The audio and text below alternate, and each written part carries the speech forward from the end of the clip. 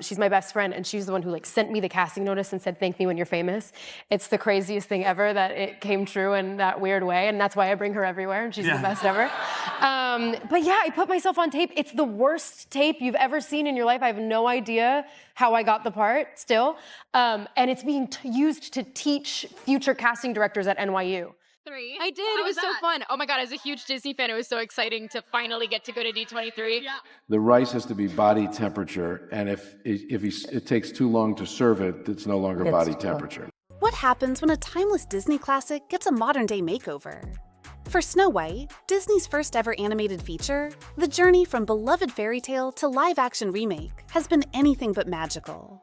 From controversial casting choices to backlash over changes to the iconic story, the Snow White remake has found itself at the center of Hollywood's latest firestorm. But it doesn't stop there. Lead actress Rachel Zegler's candid interviews sparked outrage. South Park jumped in with a savage parody, and Disney is reportedly scrambling to save the project amidst growing fan discontent. So, what went wrong?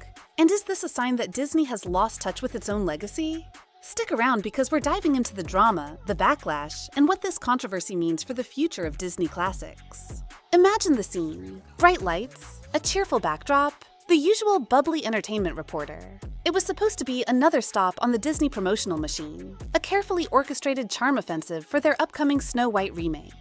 Rachel Zegler, the fresh-faced cast as the iconic princess, was there to sprinkle some movie magic, share some behind-the-scenes anecdotes, and generally get audiences hyped for a beloved classic reborn. But somewhere between the practiced smiles and the predictable questions, the script went wildly off course. In what seemed like an almost offhand remark during one interview, perhaps a little too casual, a little too candid, Zegler dropped a comment that acted like a digital Molotov cocktail. "It's really not about the love story at all," she stated, almost as if discussing the weather. The internet blinked. Did she really just say that about Snow White? The fairy tale practically invented the Disney romance. But she wasn't done. Delivering the real punchline with a shrug and a breezy Hollywood baby attitude, she added that the prince's scenes, yeah, those might just end up on the cutting room floor. All of Andrew's scenes could get cut, who knows? She tossed out, as if discussing discarded lines, not a core character. Suddenly, the air crackled with disbelief. This wasn't just a minor tweak to a fairy tale. It felt like a fundamental rewrite of its heart. Snow White, stripped of her iconic romance? The prince, potentially erased? For generations, the story had been synonymous with finding true love, a central theme in the Disney universe. Now, the actress herself seemed to be dismissing it as irrelevant, even disposable. Online, the reaction was immediate and explosive. Social media lit up with stunned fans, longtime Disney lovers, and bewildered onlookers. Memes were born, hashtags trended, and fan forums erupted in furious debate. Was this the direction Disney was taking? Was this disrespect for the classics now the new normal? Behind the scenes, inside the pristine walls of Disney headquarters, you could almost feel the tremors. Execs, who had likely envisioned Zegler as their charming new princess, were reportedly thrown into damage control mode, scrambling to understand how a simple press tour had detonated into a full-blown PR crisis. But the fuse was lit. This wasn't just one awkward interview. It was the first spark of a much larger firestorm, and more interviews were already surfacing, promising even more fuel for the flames. The board was making a decision to make a change at the CEO level at Disney, and that they might ask me to step back. And you say to her? And I said to Willow, I'm getting this call. It's possible that I could get asked back. Just when Disney was desperately trying to contain the spreading Snow White wildfire, an unlikely arsonist tossed gasoline onto the flames. South Park? The animated bad boys of satire, masters of skewering pop culture sacred cows, decided to wade into the debate. And they didn't just dip a toe, they cannonballed in headfirst with an episode titled Into the Panverse. South Park's genius was in its simplicity. They didn't need lengthy monologues or complex plot lines. Instead, they weaponized their own iconic characters. Imagine Cartman, Stan, Kyle, and Kenny, but reimagined through the very lens of Hollywood's recent updates. Gender-swapped, race-swapped, stereotype-flipped. It was a mirror held up to Disney's remake strategy, and the reflection was brutal. The episode wasn't just funny, it was a surgical takedown. It dissected the perceived absurdity of some modern remakes, exposing what many felt was a box-ticking approach to representation that overshadowed genuine storytelling. Into the Panverse didn't just mock Disney, it articulated the simmering frustrations of millions of viewers who felt Hollywood was losing its way. sacrificing beloved stories at the altar of wokeness. Suddenly, the Snow White controversy wasn't just about online outrage anymore. South Park, with its massive cultural megaphone, had amplified the whispers into a roar. They'd given voice to the anxieties that many fans had been feeling but struggling to express. The episode became instant meme fodder, shared and dissected across the internet, further cementing the narrative that Disney had seriously misstepped. And inside Disney headquarters, the South Park bomb had landed, triggering a whole new level of panic. She was like, Jacqueline, if they play Getaway Car or Maroon, she's on crisis watch. Not only did she play Getaway Car, she also played Maroon. I was having a mental breakdown in the audience at MetLife Stadium. Inside Disney headquarters, the mood reportedly shifted from fairy tale enchantment to full-blown corporate crisis. Imagine hushed hallways, frantic phone calls, and emergency meetings convened at the highest levels. South Park's satirical nuke had detonated, and the fallout was spreading faster than wildfire through Burbank. Executives, accustomed to controlling the narrative with laser precision, suddenly found themselves on the defensive, desperately trying to regain control of a runaway PR train. Sources within the company whispered of code red scenarios. Emergency focus groups were hastily assembled, tasked with gauging the true depth of audience anger. Initial reports filtering back were grim. It wasn't just online trolls or a vocal minority. The discontent was broader, deeper, and more mainstream than they'd anticipated. Even loyal Disney fans, the bedrock of their empire, were expressing unease and disappointment. The South Park episode in particular had struck a raw nerve. It wasn't just the mockery, it was the unnerving accuracy of the satire. The show had brilliantly articulated the very frustrations that Disney was struggling to understand, let alone address. How do you counter a critique that resonates so deeply with your audience? How do you spin your way out of a narrative that South Park has so effectively framed? Disney's usual playbook. Celebrity endorsements, feel-good trailers, carefully curated interviews, suddenly felt inadequate, even tone-deaf. They were facing a cultural backlash, not just a marketing hiccup. The Magic Kingdom was starting to look a little less magical, and the executive suites were buzzing with a palpable sense of panic. But the public relations nightmare was about to get even worse. Because while Disney wrestled with the South Park fallout, leaked details about the actual changes to the Snow White story began to surface, adding fuel to an already raging fire. Is not designed right now to necessarily develop great leaders or to encourage more people to seek public office. It just is far more difficult. Now, I've never been in it, but from what I observe, it's far more difficult to run for office today than ever before. While the PR storm raged and South Park's barbs stung, something even more damaging began to leak from within the Snow White production. The actual changes to the story itself. It wasn't just about a star's controversial comments, it was about the very DNA of the fairy tale being fundamentally altered. And what insiders revealed sent shockwaves through the fan base. First came the whispers, then the confirmations. The Seven Dwarfs, those iconic, whimsical characters, were being completely reimagined. Forget the lovable, bearded miners. Disney was opting for magical creatures of various backgrounds. Details were vague, but the implication was clear. The dwarfs, as generations knew and loved them, were essentially erased, replaced by something else. For many, this felt like a betrayal of the source material, a discarding of beloved characters in favor of something unrecognizable and, to some, unwelcome. Then came the Prince problem. Zegler's comments about his scenes being potentially cut now took on a chilling new context. Rumors swirled that the prince, a key figure in the original narrative, the very embodiment of happily ever after, was being actively sidelined, his role minimized, perhaps even eliminated entirely. The romance, already downplayed by Zegler, seemed to be vanishing altogether from the film itself. But it didn't stop there. Even the core themes, the very heart of Snow White, the themes of innocent beauty, of finding true love, of overcoming evil, were reportedly being twisted, reinterpreted, some argued, beyond recognition.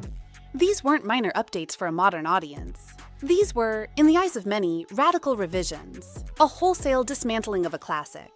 It felt less like a live-action adaptation and more like a, well, something else entirely, wearing Snow White's skin. And for fans who cherished the original, these drastic changes felt less like progress and more like a painful amputation of everything they loved. What was it like seeing yourself for the first time in full Snow White drag? I love that description. It's perfect. Oh my God. Well, when you get to wear Sandy Powell, first of all, insane. And then you get to be lit by Mandy Walker. And my advice to them was to not hear the noise as much, to continue doing the job that we've entrusted them to do. Right. Which is to tell the truth, to state the facts, to present the news in an accurate and a fair and in a timely basis. I did. It was so fun. Oh my God, as a huge Disney fan, it was so exciting to finally get to go to D23. Yeah. I live on the East Coast, so I was never able to go, and also tickets sell out like in a flash. So it was so exciting to go, and my mom was super jealous because my mom is the reason I'm a Disney fan. Instead of attempting to walk back her controversial comments or offer a more conciliatory tone, Rachel Zegler seemed to double down. In subsequent interviews, far from clarifying or softening her stance, she reiterated and even amplified her critiques of the original Snow White story. "We're not doing the fairy tale that everyone thinks they know," she declared in one interview, adding, "This is something completely different." It was a bold declaration, seemingly defiant in the face of mounting criticism. While some applauded her honesty and vision, for many others, it felt like a slap in the face. It solidified the perception that she not only dismissed the original story, but actively disdained it, viewing it as outdated and irrelevant. This wasn't just about modernizing a classic. It felt like outright rejection of its core values and enduring appeal. The contrast became even starker when fans started drawing direct comparisons to how other actresses had navigated the tricky terrain of updating beloved Disney princesses. Suddenly, video compilations flooded social media, showcasing interviews with Emma Watson during the Beauty and the Beast press tour, and Lily James promoting Cinderella. These actresses, while advocating for modern interpretations of their characters, consistently expressed deep respect and reverence for the original animated classics. They spoke of honoring the source material, of finding contemporary relevance within the framework of the original story. In these comparison videos, the difference in tone was undeniable. Watson and James spoke with affection and nostalgia for the Disney legacy, while Zegler's comments often came across as dismissive, even condescending, towards the very fairy tale she was now representing. The message was clear. It was possible to modernize a Disney princess without throwing the baby out with the bathwater. And Zegler's apparent unwillingness to even acknowledge the original story's value only deepened the divide, further alienating longtime Disney fans and solidifying the narrative of a remake gone drastically, perhaps irrevocably, wrong. The rice has to be body temperature, and if it takes too long to serve it, it's no longer body temperature. But what was interesting to me about him was he had 3 Michelin stars, and he was still trying to learn how to get better, how to be better. Yes. And I showed that to executives at Disney, this with large Western companies and brands, but we bring to China a type of ideology, admittedly a relatively benign one as it relates to politics in China, but still a Western ideology. And in many ways, that had value to them. I feel like it was like that for a lot of us. It's easier for me than it was for Tom because I wasn't playing a character that had already existed in the previous films. And those performances are so wonderful that you don't want to try to recreate anything because there's the fear of failing miserably. But also it's 64 years before the original films take place, the original books. And Francis Lawrence, who directed Catching Fire and both Mockingjay films, and Nina, who produced all of the Hunger Games content, they didn't put any pressure on us to try to recreate anything. So, where does this fairy tale fiasco leave us?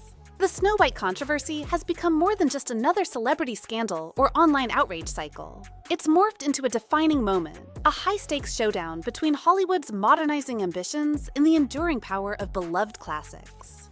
South Park's relentless satire has amplified the debate. Disney is left scrambling, and at the heart of it all lies a crucial question. How do you breathe new life into a timeless story without suffocating its very soul? For Disney, the coming months are critical.